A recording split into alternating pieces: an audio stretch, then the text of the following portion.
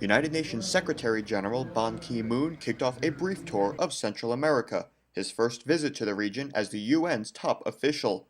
Over the next 4 days, he will meet with various government representatives and civil society leaders to reaffirm the relationship between the UN and regional institutions. The Secretary General's trip begins here in Honduras at the presidential palace in Tegucigalpa, where he and the president will hone in on some of the main areas of priority and cooperation between Central America and the United Nations.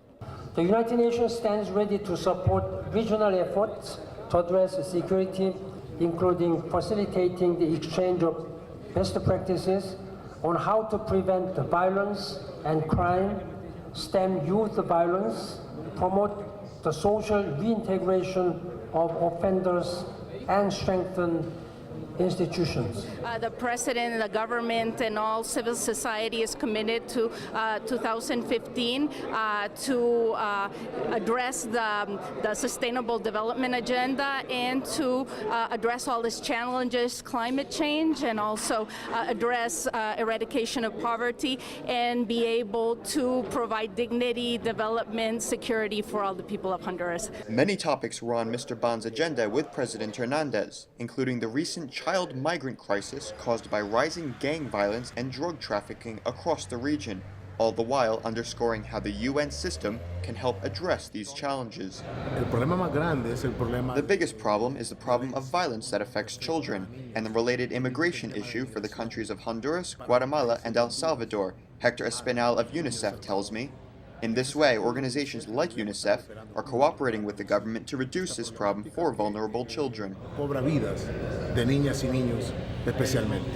Later, the Secretary General addressed the National Congress of Honduras, where Mr. Ban received a ceremonial honor commending his dedication to global peace, security, and development.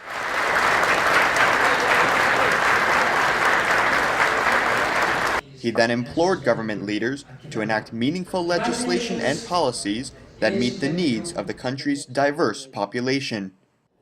I'm urging governments and people everywhere to fulfill their political and moral responsibilities.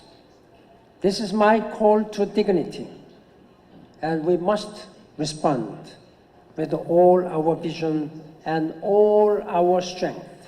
And I count on your political leadership role.